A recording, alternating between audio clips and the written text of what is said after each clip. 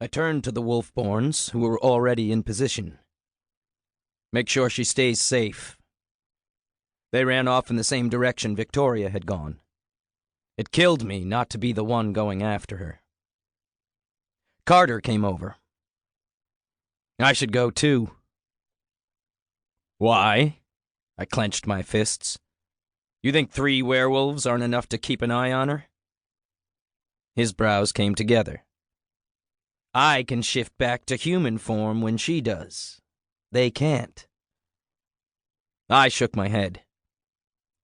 Stay here and enjoy the celebration. It's dangerous out there, and you know it. The very existence of the Jaguar shifter grated on my nerves.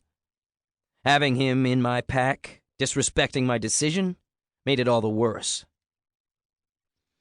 I took a deep breath, not wanting to start a fight at our celebration. You know I'm right, Toby. And you know I'm the alpha. You agreed to respect your place in our pack. We stared each other down. I have a unique place in our group since I can shift at will. Let me keep an eye on her. I've stood down until now, but I feel too strongly about this to sit back any longer. I rose to be the same height as him. He didn't back away. Some turned to stare. My pride flared as I held my stance. I'm alpha, and I've made my decision. And you won't consider a different perspective? Carter stepped toward me. I moved nose to nose with him. The fire crackled behind him, and I could feel the stares of every other member of our pack. Backing down wasn't an option. Not when it could cost me the respect of those I led. I considered it, and I said no. Carter didn't budge, even though it affects the safety of your one true love. The Wolfborns are fully capable. You need to back down and respect my role as alpha now. And if you like me being in the pack, you need to trust me. I have highly refined instincts, and I know how badly your father wants you to suffer. Going after Victoria would be the easiest way to accomplish that. I stared at Carter, unable to disagree. My old pack already knew from experience how much my happiness was tied to her. It was why I'd risked death to be with her in the first place so many years earlier. He arched a brow. Well? The fire popped again. Everyone else was silent. My nostrils flared. Go. I turned from him, hating that I couldn't fulfill what she needed in that way.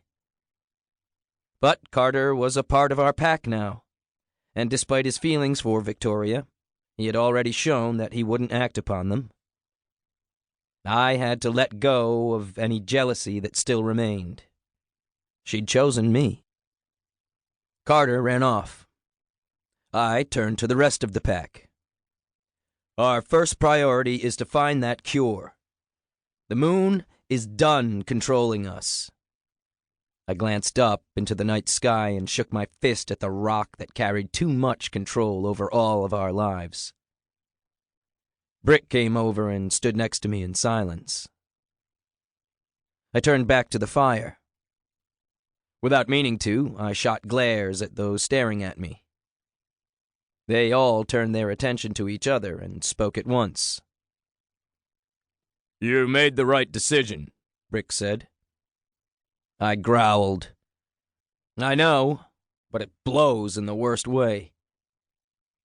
Because we're under a curse. Literally, I glared up at the moon overhead. What should we focus on first? Curing the curse or destroying your old pack? I ran my fingers through my hair, pulling on the ends. What a choice. With the witches busy, we should consider going after your father. And have Carter running after Victoria every time she shifts?